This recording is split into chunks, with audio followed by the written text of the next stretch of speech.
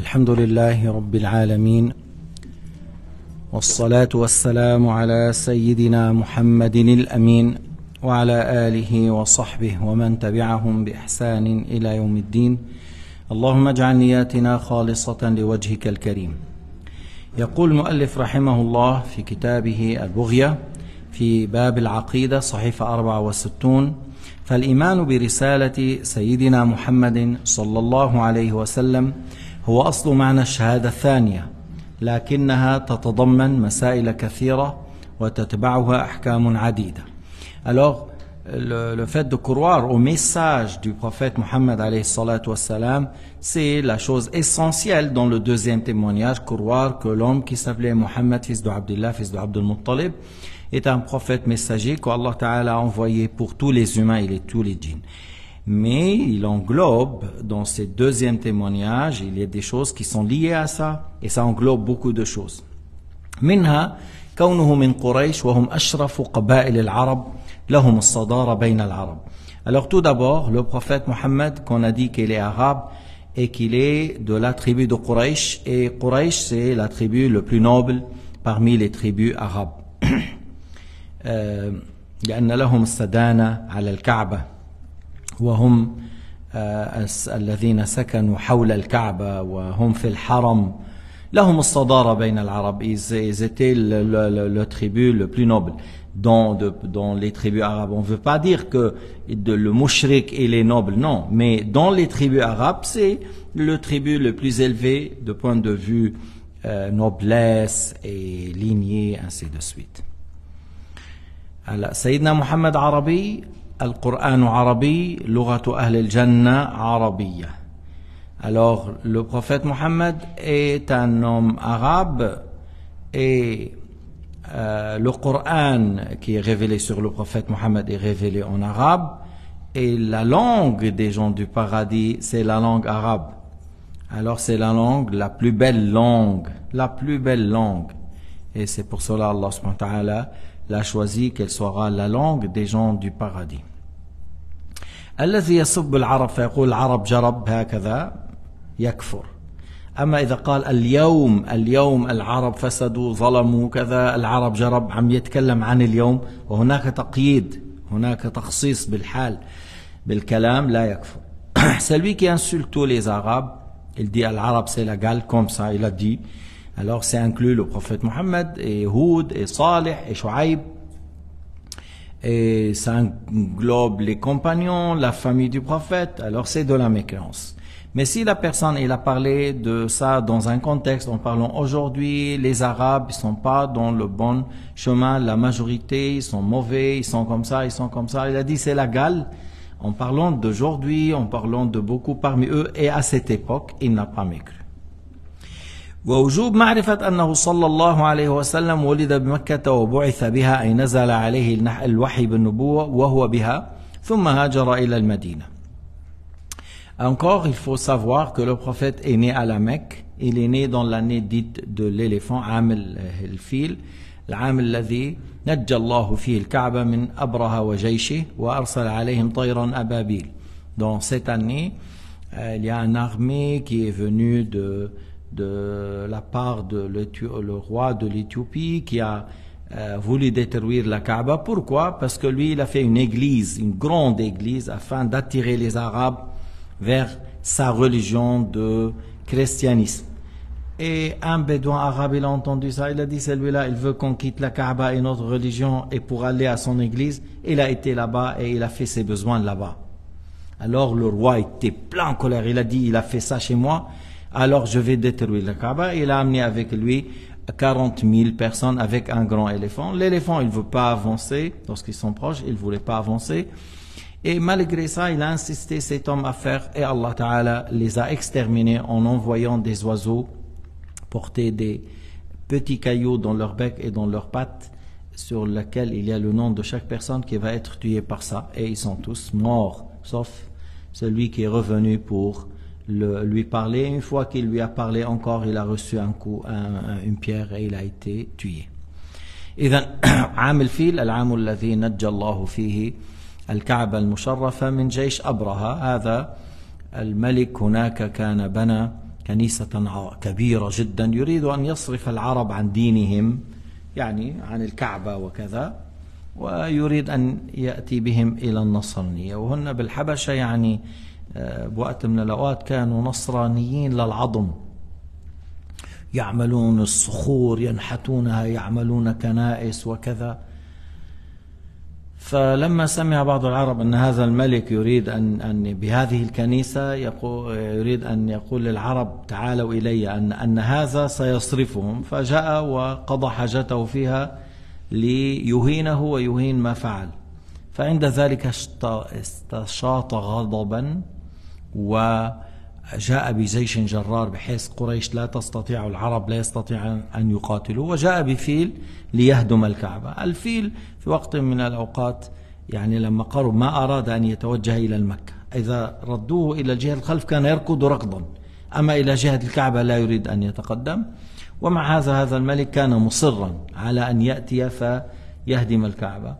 فخرج أهل مكة إلى الشعاب، وجاء جد النبي عبد المطلب ودعا الله تعالى عند البيت وقال عدو البيت من عداك، وسأل الله تعالى أن يحمي هذا البيت ويحفظه. لما قال له الملك حاجتك، لأن عبد المطلب avait un grand charisme, lorsqu'il l'a vu, il a vu un grand charisme. قال له حاجتك ton besoin, il a dit ton armée a pris mes chamelles, إنه جيشك أخذ النوق. Alors il a dit tu étais avant pour moi quelqu'un de grand, maintenant tu demandes des chamelles et moi je suis venu pour détruire la maison de ta religion. Avant je te voyais grand, maintenant tu ne te vois rien. Il a dit les chamelles sont à moi, tandis que cette maison il y a un Dieu qui le préserve. قال له أنا زهدت فيك لما رأيتك أعجبتني، لما سألتك طلبت النوق وأنا جئت أهدم البيت، لم تطلب مني أن أترك هذا البيت ولا أهدمه، طلبت النوق. قال النوق أنا ربها، أنا صاحبها، وهذا البيت له رب يحميه. هذا البيت رب يحميه، له رب يحميه. فما فهم هذا الملك وتجرأ. فعند ذلك on a dit que Allah Ta'ala a envoyé les oiseaux qui portaient dans leur bec des pierres et dans leurs pattes, et toute l'armée était exterminée. بقي النبي في مكة 13 سنة يدعو إلى عبادة الله وحده ويحارب عبادة الأوثان.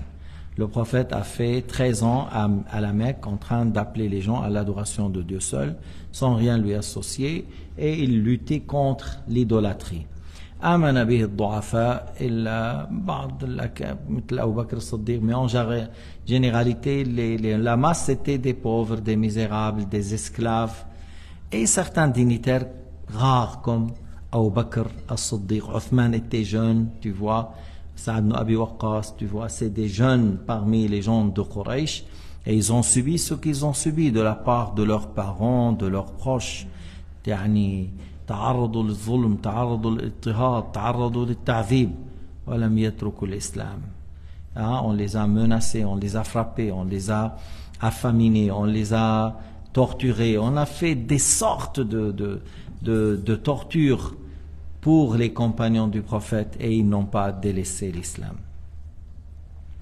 فهاجروا إلى الحبشة, ils ont immigré vers l'Éthiopie. Le prophète il a dit allez-y là-bas.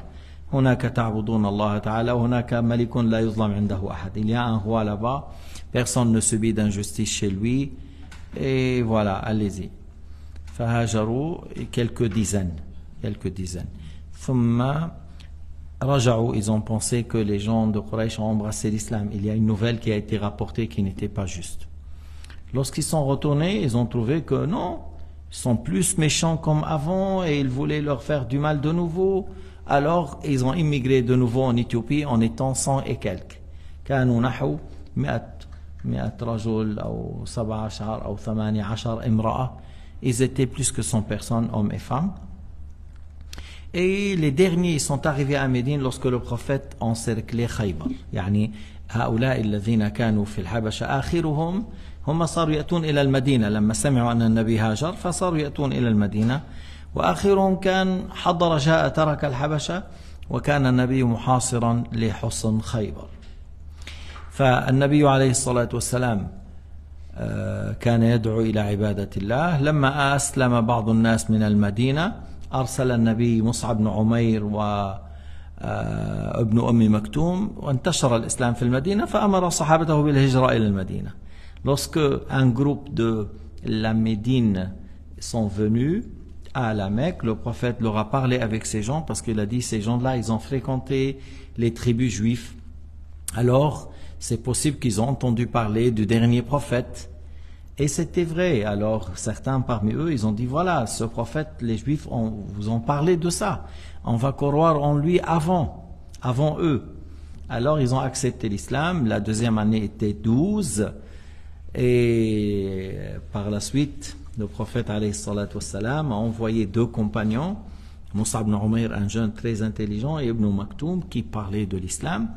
Et l'islam s'est propagé à Médine. Ils sont venus 70 personnes dans la période de Hajj discrètement. Et ils ont donné le pacte à Sayyidina Muhammad alayhi salatu wassalam de le préserver comme ils préservent leur famille. فلما جاءوا 70 في موسم الحج متخفين من غير أن يعلم قومهم بايعوا النبي عليه الصلاة والسلام إذا جاء إليهم أن يمنعوه ويحموه كما يحفظوا نساءهم وأبناءهم. فهنا النبي أمر أصحابه بالهجرة. Le prophète a ordonné à ses compagnons d'immigrer. وكان هو من آخر يعني après le prophète a immigré لأن الكفار أرادوا قتله parce que les mécréants ils ont vu que les musulmans sont devenus nombreux à Médine et c'est sur le chemin de Quraysh. Alors le prophète a immigré lorsqu'ils ont décidé de le tuer avec Abu Bakr as-Siddiq radiyallahu anhu. مكث في المدينة 10 سنوات. Sayyidina Muhammad a fait 10 ans à Médine. Et là, tu vois la révélation du Coran al-Karim à Médine, les sourates étaient plus longues. Al-Baqarah, Al-Imran, Al-Nisa, c'est des longs sourates. La plupart des longs sourates ont été révélés pendant qu'il était à Médine. Et les courts sourates, beaucoup parmi les courts sourates, c'est pas toutes, mais beaucoup ont été révélés pendant qu'il est à la Mecque. النبي عليه الصلاة والسلام أذن له بقتال الكفار لما كان في المدينة. Il a eu la permission de combattre les non-croyants. Alors أول من رمى سهما في الإسلام سعد بن أبي وقاص. La première personne qui a tiré une flèche dans l'islam, c'était Sa'd ibn Abi Waqqas. Et Sa'd ibn Abi Waqqas était un grand tireur, un grand compagnon parmi les premiers qui ont embrassé l'islam. Et un grand ascète et un grand saint. رجل صالح كبير الصلاح ومجاهد من أقوى الرماة. Parmi les grands tireurs, سيدنا سعد بن أبي وقاص وهو الذي قاد معركة القادسية. C'est lui qui a dirigé la bataille de Qadisiyya contre les Perses. C'était une grande bataille qui a duré 3 jours et 3 nuits ou plus encore. Et c'était une grande victoire après pour les musulmans. Depuis cette bataille, il reste, et les kuffars, ils étaient 120 000, et les musulmans, ils étaient 32, quelque chose comme ça, 30 000 ou quelque chose. فالنبي عليه الصلاة والسلام qui était à Médine, il a fait 10 ans, il a envoyé des lettres pour les rois, pour les inviter à l'islam. Il y a certaines qui ont répondu méchamment, comme celui de Kisra qui a déchiré la lettre de Sayyidina Muhammad, Mazzaqa. Alors le prophète قال مزق الله ملكه فتمزق ملكه. Le prophète a dit que son pouvoir, son royaume soit déchiré. Alors était vite fait, leur royaume était déchiré, les musulmans ont envahi leur pays. Héraql a voulu embrasser l'islam. Héraql, il a posé des questions qui montrent qu'il est très intelligent. Et il a déduit que Mohammed est un homme véridique, prophète, messager. Si on veut le bas monde et l'au-delà, il faut le suivre. إذا هذا الرجل سأل النبي وحديثه حديث رسالة هرقل في البخاري شيء كبير. Le hadith lorsque Héraql a reçu la lettre, لما جاءت الرسالة, il y avait la délégation de Quraysh avec Abu Sufyan. Et il a posé une dizaine de questions qui montrent qu'il est vraiment intelligent. Et il a déduit de ces questions que Mohammed est un homme véridique. قال مثلا هل كذب على الناس. Parmi ces questions, est-ce qu'il a menti aux gens? Abu Sufyan, il a dit non. Qu'est-ce qu'il a dit, Héraql? Il a dit Alors un homme qui n'a pas menti sur les gens 40 ans, il ne va pas mentir sur le Créateur. إنسان ترك الكذب يعني أنف من الكذب كره الكذب على الناس 40 سنة ما كان ليكذب على الله. الإنسان ما بيكذب على الناس كيف يكذب على الله. Une personne qui n'a pas menti sur les gens, comment il va mentir sur Dieu? Et avec d'autres questions que lui il connaît. Mais il a proposé aux gens de l'église, dirigeants, tout ça, on leur a dit, vous voulez le bien de ça, le bas monde et l'au-delà, il faut suivre. Alors ils ont bougé comme des bêtes féroces. لما عرض عليهم الإسلام قال لكم الدنيا والآخرة تحاصوا كالوحوش. عند ذلك قال أنا أردت امتحانكم. Il a dit, je voulais seulement exercer et examiner votre foi, je vous vois que vous êtes, vous tenez bien, tout ça. Et il a changé d'avis parce qu'il a préféré le pouvoir. اختار الدنيا على الآخرة. أما ملك مصر أيضا أكرم. Il a pris la lettre du prophète Mohammed, il a embrassé et il a préservé. C'est pour cela que vous voyez la lettre de Al-Muqawqis et la lettre de Héracl. C'était quelque chose de préservé. Et puis il a envoyé au prophète Mohammed un mulet blanc qui s'appelle Duldul. Il a envoyé 2 belles femmes qui sont sœurs, Maria et sa sœur. Alors le prophète a donné la sœur à Hassan Thabit, et lorsque Maria a embrassé l'islam, il a consommé avec elle sans qu'elle soit une épouse, mais plutôt une esclave. Et il a eu avec elle Ibrahim. Mais pour dire que le roi de l'Égypte, il a fait le Muqawqis, il a fait tout ça, mais on n'a pas entendu qu'il a embrassé l'islam. Il y a certains rois qui ont embrassé, qui ont accepté. مات النبي عليه الصلاة والسلام في المدينة بعد فتح مكة. Et le prophète est mort à Médine après la conquête de la Mecque et après la bataille de Hunayn et après encore on dit la conquête de Tabouk. بعد فتح مكة ومعركة حنين وبعد غزوة تبوك لأن تبوك ما كان فيها قتال. تبوك il n'y avait pas de guerre. Héracl khaf. Héracl a eu peur. Il a réuni 100 000 personnes et il leur a donné de l'argent pour une année pour aller attaquer la Médine, et le prophète est sorti pour le confronter dehors. Alors il a dit à ses soldats d'aller se disperser. On ne veut pas combattre. Il a su qu'il va être écrasé, qu'il soit avec lui 100 000 ou 200 000. Et il n'y avait pas de guerre. Allah Ta'ala a mis la peur dans son cœur. Allah Ta'ala alqa fi qalbihi ar-ru'b. ولكن بعد ذلك كانت معركة ضارية مع الروم. Après ça, au temps d'Abu Bakr as-Siddiq, avait une grande bataille avec ces Romains. C'est Khalid al-Walid qui a dirigé. C'était une bataille qui a duré des jours et c'était pas facile. Et vraiment, mais Khalid al-Walid était un grand commandant qui dirigeait bien, qui attaquait bien, voilà. Et les autres, c'était 5 fois ou plus que 5 fois plus nombreux que les musulmans. Et malgré ça, les musulmans ont eu une grande victoire. إذن بعد تبوك لما يعني أيام أبو بكر الصديق كانت معركة طاحنة في اليرموك. أما في العراق فخالد الوليد كان ينتقل من نصر إلى نصر ثم توجه إلى اليرموك. يعني au temps de Abu Bakr as-Siddiq, Khalid al-Walid, il faisait vite fait les victoires, hein. Il passait, il faisait des batailles, et après, lorsqu'il a entendu que les Romains, ils ont réuni un grand armée, il a été là-bas pour soutenir les musulmans, et c'était une grande victoire. Pendant la bataille, Sayyidina Abu Bakr est mort, et Omar a été désigné calife. Et il a enlevé Khalid du commandement, et il est devenu tout de suite un soldat, parce qu'il n'y avait pas chez nous un général, après voilà, il y a commandant et soldat. Des fois, oui, on mettait sur l'aile gauche, l'aile droite un responsable, oui, mais Khalid al-Walid il a dit, moi j'ai pas combattu pour Omar, j'ai combattu pour le Dieu de Omar. et il a continué. Et il ne s'est pas isolé chez lui en étant je suis fâché, il n'a pas reconnu ce que j'ai fait. Non, parce qu'il n'était pas un ostentateur ni orgueilleux. Il a fait ça pour l'agrément de Dieu, il faut continuer.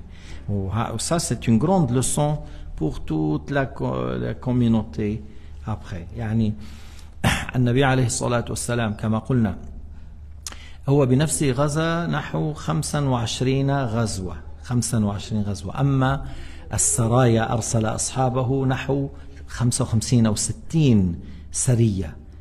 Le prophète a fait 25 conquêtes et à peu près il a envoyé ses compagnons une soixantaine d'expéditions. ثم مات رسول الله صلى الله عليه وسلم وانتشر الإسلام في الجزيرة العربية والناس أقبلوا أفواجا. لكن أبو بكر الصديق ما استقر. أبو بكر الصديق n'a pas baissé les bras. Tout de suite après la mort de Sayyidina Muhammad, autour du Médine, beaucoup, des milliers, des dizaines de milliers, ou centaines, ils ont apostasié. Tu as Moussaïlim al-Kazzab avec sa communauté, beaucoup de tribus, des pays comme le Bahreïn. Abu Bakr al-Siddiq, il a désigné 11 commandants pour les combattre.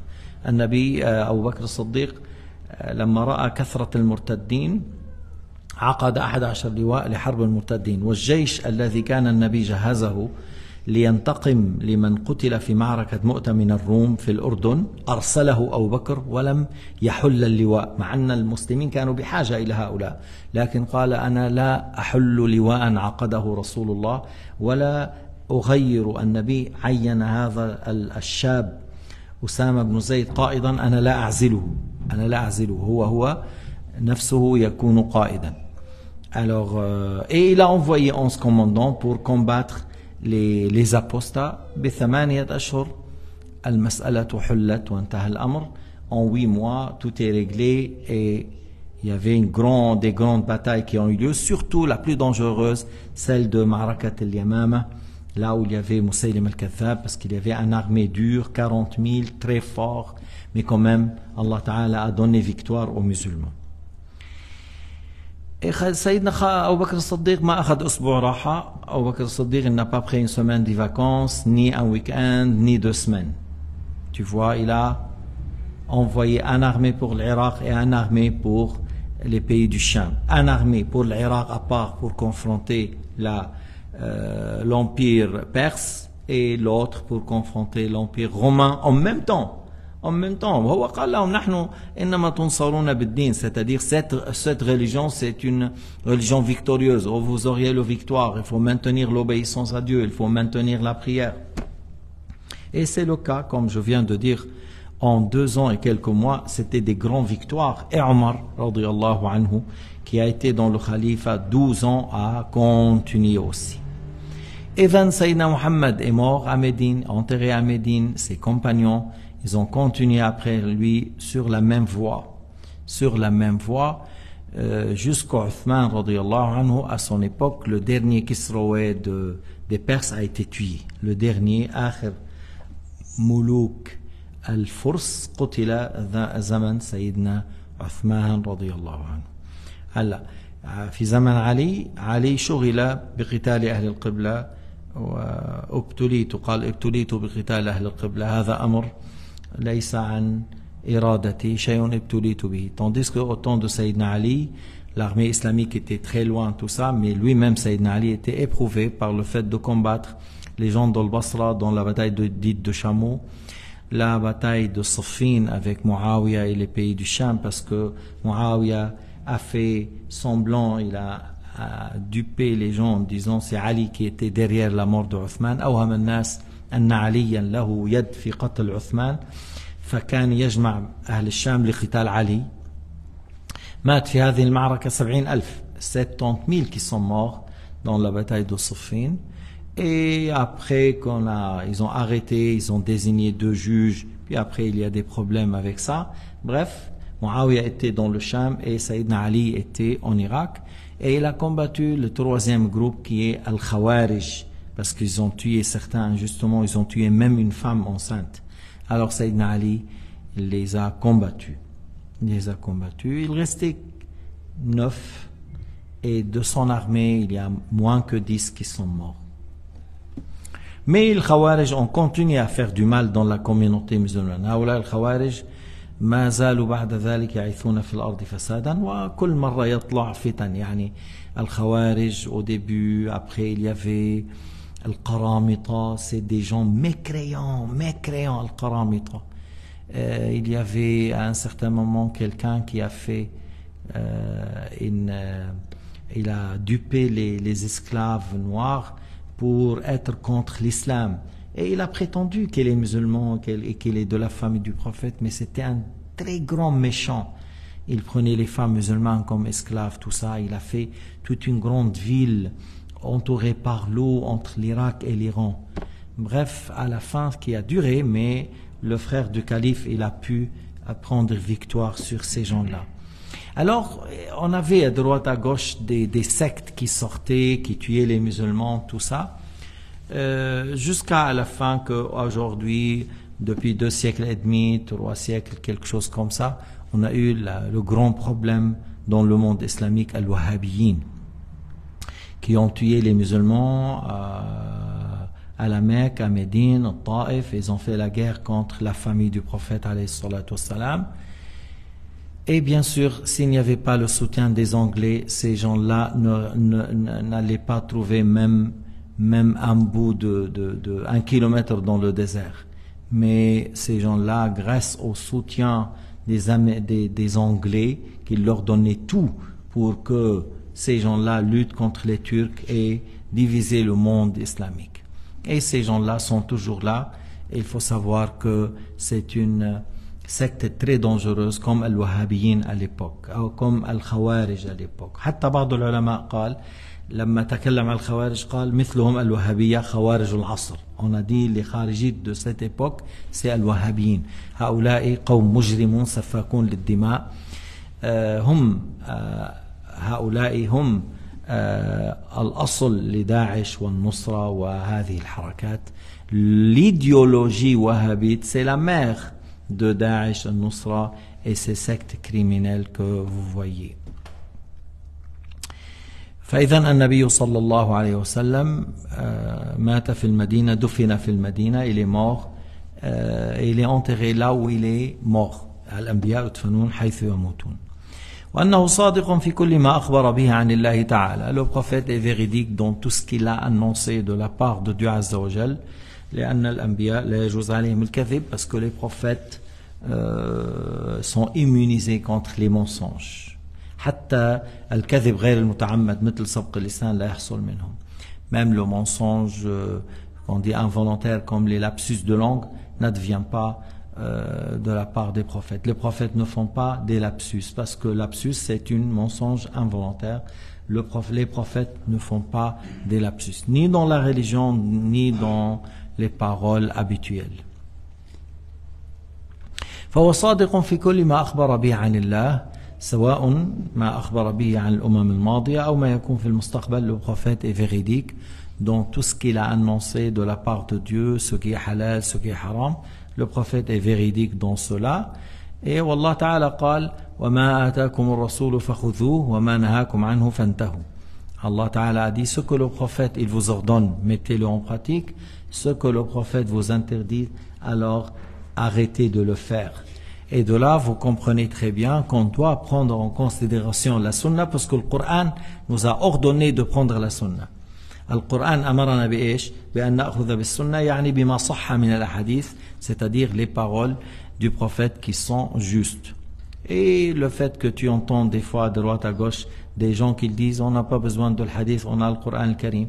Mais si tu as le Coran al-Karim, tu as lu l'aya ما آتاكم الرسول فخذوه وما نهاكم عنه فانتهوا, ou tu n'as pas lu. Si tu n'as pas lu, on t'informe.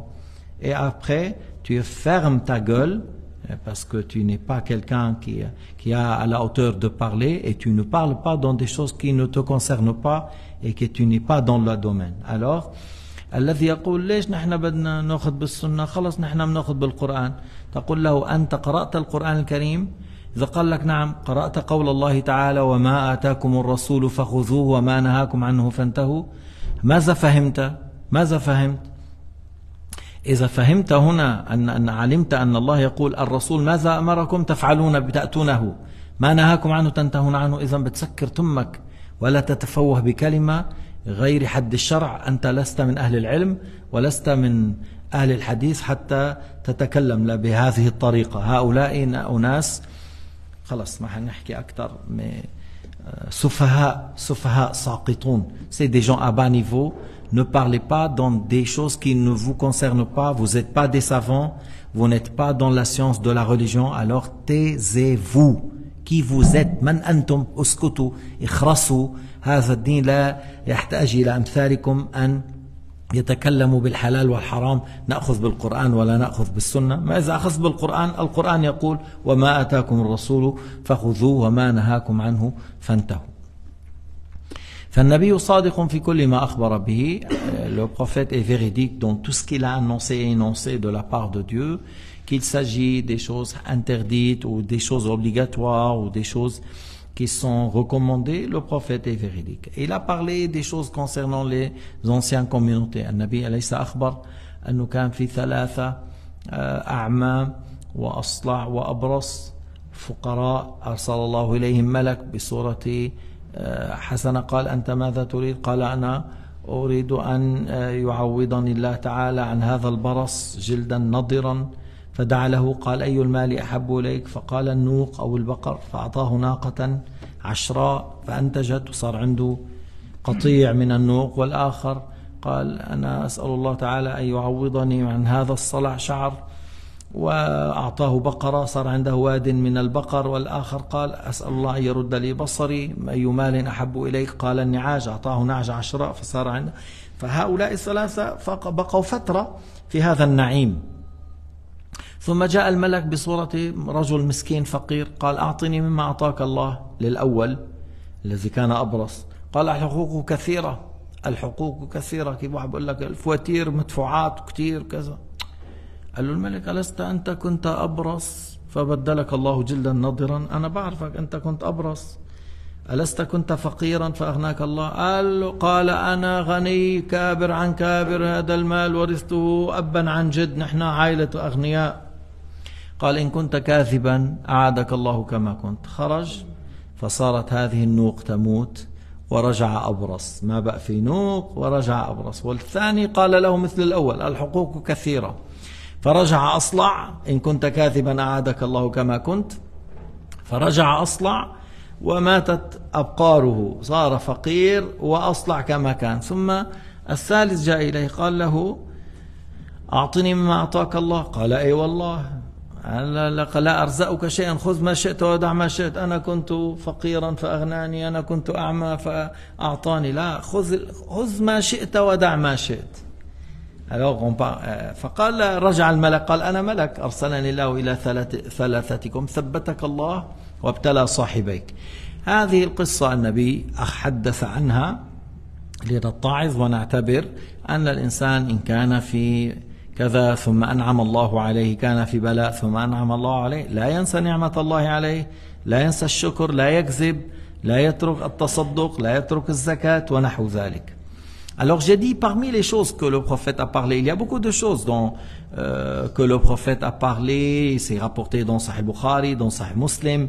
Il y a l'enfant qui était que le roi a demandé au sorcier le sorcier lui a dit donne-moi un enfant pour que je lui donne la sorcellerie. Alors il y a une longue histoire à ce sujet et il y a l'histoire que le prophète a dit qu'il y avait 3 personnes de Bani Israël, un homme qui avait la maladie de la peau, la vitiligo, la blanchâtre qui touche la peau, et qui était très pauvre, et le deuxième était chauve et très pauvre, et le troisième était aveugle et très pauvre. Alors un ange est venu, il lui a dit qu'est-ce que tu demandes de la part de Dieu? Il lui a dit voilà, j'ai cette maladie, les gens ils me négligent, ils m'isolent, ils s'éloignent de moi. Demande à Dieu qu'il me donne une peau qui est jolie. Alors il a demandé à Dieu, Allah lui a donné une jolie peau. Quel bien tu aimes? Il a dit les chamelles. Et celui qui rapporte le hadith a douté, est-ce qu'il a dit le chamel ou les vaches entre lui et le deuxième? Alors voilà, c'est-à-dire l'un ou l'autre, il lui a donné une chamelle porteuse. Et puis par la suite, il a eu tout un grand troupeau des chameaux. Le deuxième, il lui a dit, voilà, qu'est-ce que tu souhaites? Il a dit, tu vois, avec la tête qui est chauve, les gens, ils m'isolent, ils s'éloignent de moi. Demande à Dieu qu'il me donne des jolis cheveux. Allah, il lui a demandé, il a fait une invocation, il a eu des jolis cheveux. Il lui a dit, quel bien que tu aimes le plus? Alors il a dit, les vaches, comme on a dit, le doute de celui qui rapporte le hadith entre le premier et le deuxième. Il lui a donné une vache porteuse et les vaches se sont multipliées chez lui. Le troisième, il lui a dit, voilà, je suis aveugle, il n'y a pas un guide pour moi, je trouve des difficultés vraiment. Demande à Dieu qu'il me donne la vue. Et il lui a fait dua et il a eu la vue. Quel bien que tu souhaites? Il a dit, les brebis. Il lui a donné une brebis porteuse. Et voilà, il a eu tout un grand troupeau. Et l'ange est venu, après un certain moment, qu'il vivait dans le bien, sous l'aspect d'un homme pauvre. Et il lui a dit, un homme pauvre, donne-moi de ce que Dieu t'a donné. Il lui a dit, mais il y a beaucoup de choses à payer. Tout de suite, j'ai des factures, j'ai des dettes, tu sais, c'est... Tout de suite, lorsque tu demandes à quelqu'un, il y a 100 000 dans la banque, tout de suite, il te dit, il y a beaucoup de choses à payer, il y a des factures, il y a... Celui-là, il lui a dit comme ça. Il lui a dit, mais toi, tu étais... Je te connais, tu étais un homme malade avec la maladie de la peau, et tu étais pauvre. Il a dit, mais non, moi, je suis riche, fils d'un grand riche. On est une famille des riches, là, nos grands-pères étaient des riches. Il a dit, si tu mens, je demande à Allah Ta'ala qu'il te rend à ton ancien état. Je demande à Allah que tu reviens à ton ancien état. Ils disent, ouais, moi j'ai un petit tremblement de terre, mais il n'y aura rien. Des fois tu achètes, tu fais, voilà, je vais acheter de la Chine, le bateau coule et tu n'auras rien. Des fois tu mets, voilà, il y a des choses qui arrivent, des fois tu n'auras rien. Bref. Alors il est parti, le troupeau est mort, les chameaux et les chamelles, et il est devenu de nouveau avec la maladie de la peau. Le deuxième, il a répondu comme le premier. Il y a beaucoup de choses à payer, je veux rien donner. Mais tu es pauvre. Tu étais pauvre. Il a dit non, on est une famille riche. Puis père, grand-père, on est des riches. Si tu mens, que Dieu te ramène à ton ancien état. Et il a quitté et il est devenu chauve. Les cheveux sont tombés et les veaux et les vaches sont mortes. Il est venu vers le troisième et lui a dit, voilà, un homme pauvre. C'est-à-dire un homme dans l'aspect. Dans l'aspect, je suis un homme pauvre. Mais sinon, c'est un ange. Mais tu peux dire, dans l'aspect, pour toi, je suis un homme pauvre. Dans l'apparence, donne-moi quelque chose. Alors il lui a dit, aujourd'hui, je te dis pas non. Moi, j'étais pauvre comme toi. J'étais aveugle. Dieu m'a donné la vue. Et tu vois tous ces troupeaux-là, c'est Dieu qui m'a donné. C'est grâce à Dieu que j'ai eu ça. Aujourd'hui, tu prends ce que tu veux. Voilà devant toi mon troupeau. Prends ce que tu veux. Délaisse ce que tu veux. Alors l'ange est revenu vers l'ancien aspect. Lorsqu'il est venu en premier, il lui a dit, j'ai pas besoin, je suis un ange. Mais Dieu m'a envoyé à toi et à tes amis, tel et tel. Ils se connaissaient. Des fois, les épreuves font que la connaissance, trois pauvres avec des maladies, alors ils sont des amis par ça. Allah Ta'ala t'a soutenu, t'a maintenu dans la guidée, l'argent t'a pas changé. Et tes frères ont été éprouvés. été séduit par le bas monde.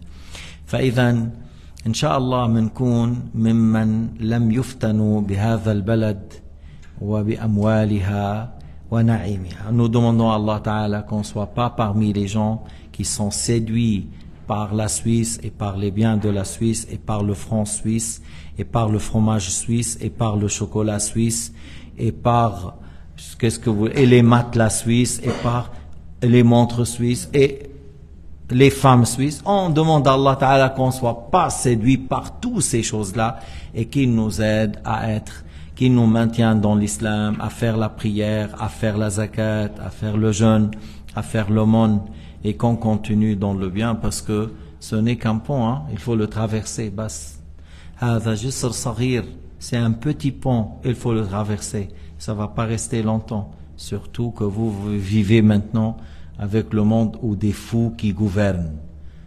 Trump, c'est presque un fou. Et Poutine, on ne sait jamais.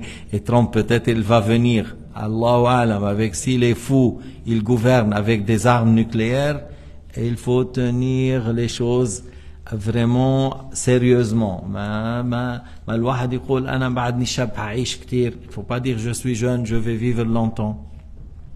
La mort arrive aux garçons, aux jeunes, aux petits, aux grands, et à ceux qui sont malades et à ceux qui sont en bonne santé. La mort arrive parce qu'il y a des causes pour la mort qui sont différentes. Walhamdulillahi Rabbil Alamin. Wa sallallahu ala Sayyidina Muhammad wa ala alihi wa sahbihi wa sallama tasliman kathira.